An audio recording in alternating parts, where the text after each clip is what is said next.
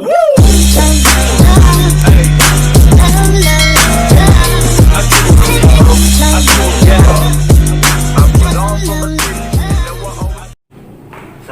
warahmatullahi wabarakatuh. Waalaikumsalam warahmatullahi wabarakatuh. Bagaimana kabarnya hari ini? Alhamdulillah baik. Kegiatan hari ini kita berdoa dulu supaya untuk kegiatan konseling individu bisa sesuai harapan kita bareng. Ya, berdoa mulai. Yang pertama, saya ucapkan banyak terima kasih atas kedatangan Alhamdulillah, karena sudah secara sukarela datang untuk melaksanakan konseling individu yang sudah kita jadwalkan dari minggu kemarin. Ya, kamu pernah melaksanakan konseling individu? Pernah. Kamu tahu konseling individu itu apa? Ya, itu Pak, konseling individu itu kalau menurut saya Iya. berarti antara guru sama itu satu siswa dong. Tapi kayak ngomongin masalah atau curhat-curhat gimana gitu Pak. Itu adalah konseling individu. Gambarannya adalah di mana guru BK atau konselor dengan siswa atau klien. Di situ sifatnya guru BK atau konselor membantu memecahkan masalah. Ya. Terus ada banyak asas dalam konseling individu. Yang pertama adalah sukarela. Artinya apa? Kamu sudah datang ke sini, kamu percaya pada Bapak tanpa paksaan untuk datang ke sekolah untuk melaksanakan konseling itu adalah sudah sukarela. Itu yang pertama. Yang kedua adalah keterbukaan. Keterbukaan itu artinya nanti kamu ketika mau mengulas masalah kamu, saya harapkan kamu bisa terbuka dalam menjelaskan semua masalah kamu. Jadi jangan sampai ada yang paham ya. Terus selanjutnya adalah keaktifan. Jadi saya harapkan nanti ada komunikasi dua arah, bukan hanya Bapak yang memberikan gambaran tentang masalahmu, tapi kamu juga aktif untuk bisa berkomunikasi. Terus yang paling penting dalam konseling individu adalah asas kerahasiaan. Apa itu asas kerahasiaan? Asas kerahasiaan adalah di mana seorang guru BK, Bapak sebenarnya, terus saya juga seorang konselor, harus bisa menjaga rahasia apa yang menjadi masalah. Jadi alhamdulillah sekali kamu sudah percaya pada Bapak, dan amanah ini akan saya jaga. Terus saya jamin tidak ada orang lain yang nanti bisa cerita mengapa bisa seperti itu. Nanti kita rumuskan masalahnya, nanti kita cari jalan keluarnya. Ya, paham ya saya bilang ya. 20 menit cukup ya ke depan untuk bisa menyelesaikan kita konseling individu pada hari ini ya. Oke. Terus berarti sudah siap untuk melaksanakan konseling pada hari ini? Siap. Masalahmu seperti apa?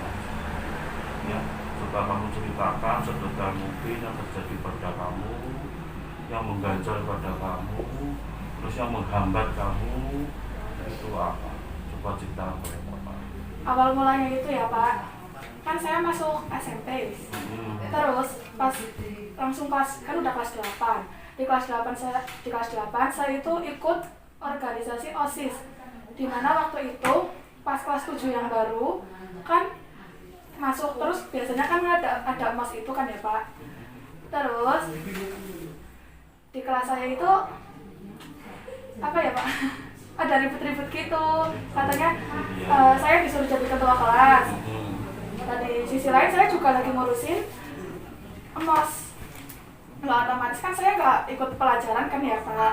Nah, terus ada teman saya tuh yang kayaknya nggak suka, bilang kayak gini, nggak pernah masuk kelas kok jadi ketua gitu. Nah, terus singkat cerita ya Pak, langsung aja. Pas itu lagi ada pelajaran BK, terus disuruh presentasi. Di saat presentasi tuh kayak temannya nggak suka sama saya itu mengarungi satu kelas biar nertawain saya gitu sih Pak. Jadinya bikin saya tidak pede dan bikin saya malu gitulah ya Pak. Padahal saya udah berusaha semaksimal mungkin untuk mempresentasikan hasil yang sudah saya amati gitu Pak. Ya jadinya saya jadi sekarang nggak pede, jadi malu gitu kalau bicara di depan banyak orang. Oke. Jadi yang terjadi pada kamu garis besarnya yang pertama adalah ketika ada kemarin masa SMP, kamu disuruh ke depan untuk presentasi tapi akhirnya ditertawakan oleh teman-teman. Iya Pak. Itu yang terjadi. Iya Pak. Dan itu yang membuatmu sampai saat ini menjadi masalah. Iya. Ya, kamu harus tampil di depan orang banyak atau depan umum, jadi nervous, minder, bahkan cemas atau takut. Betul seperti itu. Perasaan kamu yang dirasakan itu seperti apa ketika kamu di posisi seperti itu? Di posisi dibully? Iya. Saya tertekan Pak. Pertama tertekan, kedua sedih. Ketika kayak gimana ya Pak? Serasa dunia itu tidak berpihak ke saya. Kayak ibaratnya itu kayak dianakkan gitu sih Pak. Pokoknya merasa gimana gitu lah. Oke.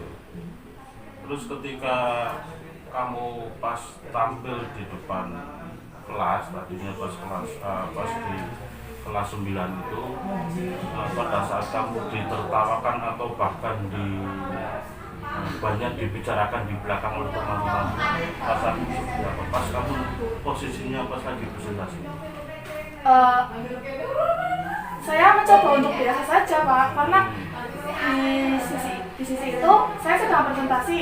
Saya harus gimana ya, semaksimal mungkin dan seprofesional mungkin biar saya juga mendapatkan nilai yang bagus.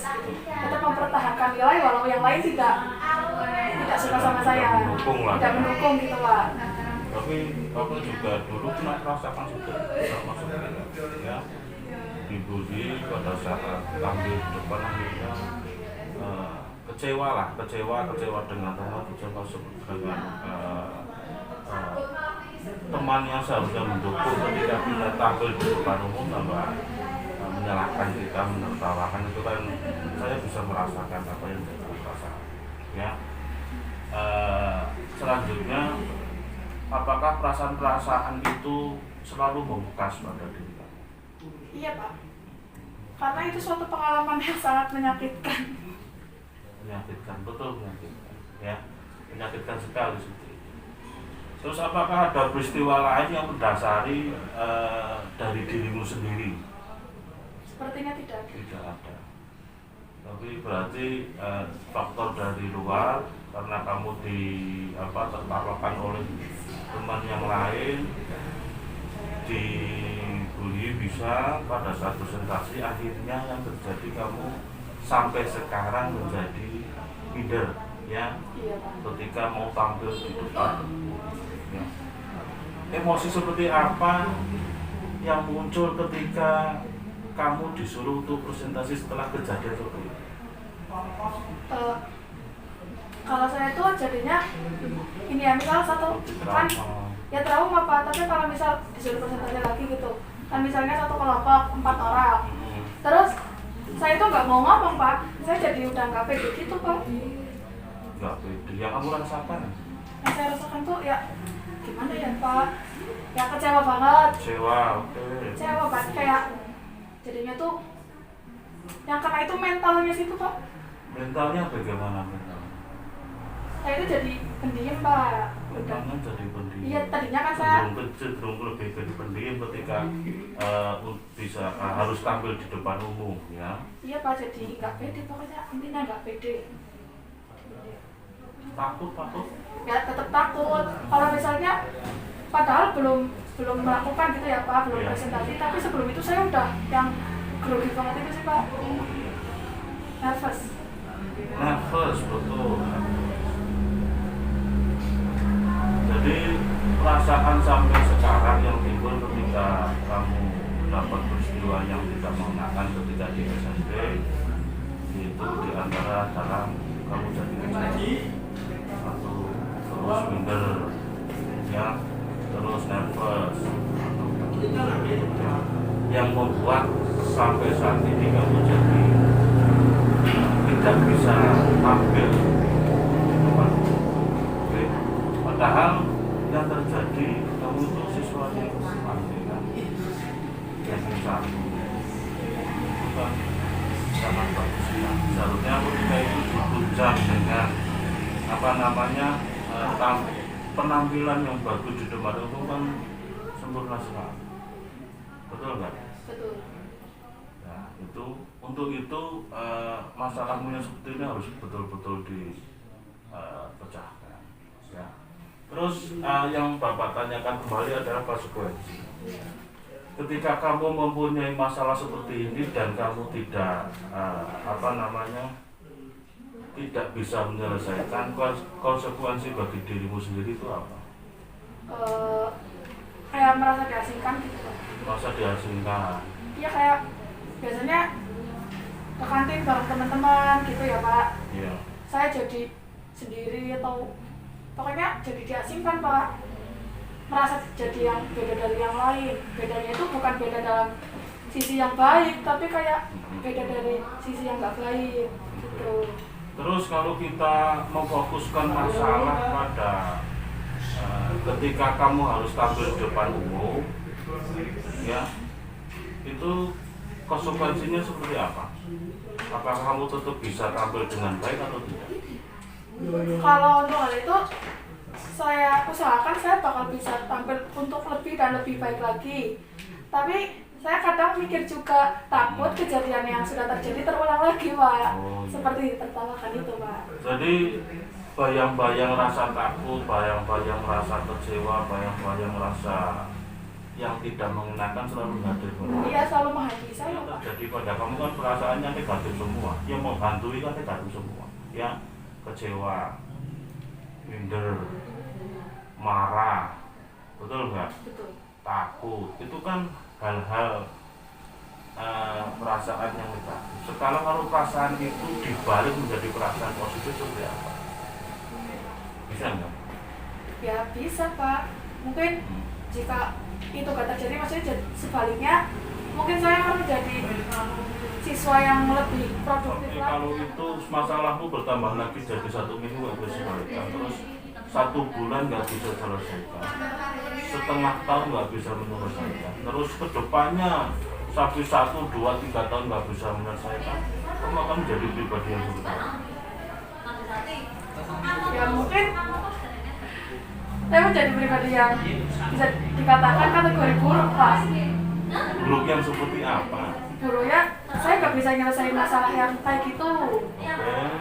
Terus saya juga kembali lagi yang jadi pendiam, jadi gampang emosi gitu Pak.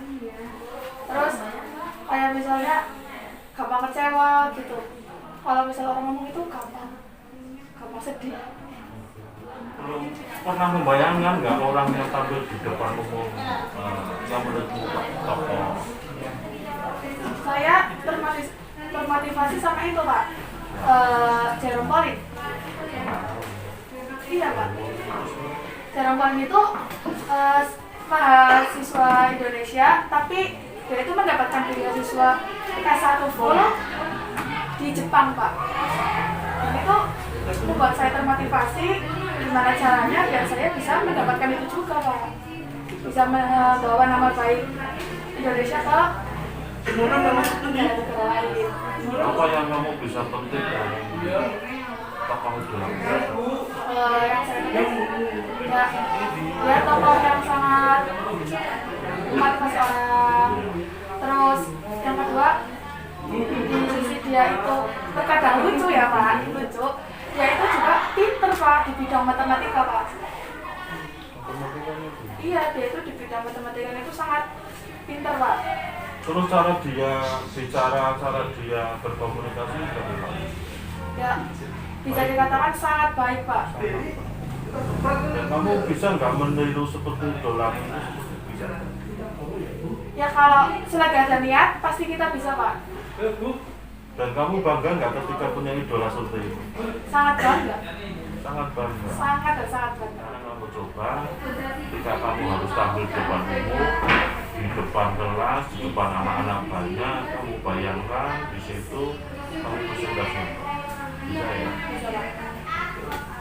sendiri dong. Saya pengen tahu kemajuannya. Hadap sini saja Pak.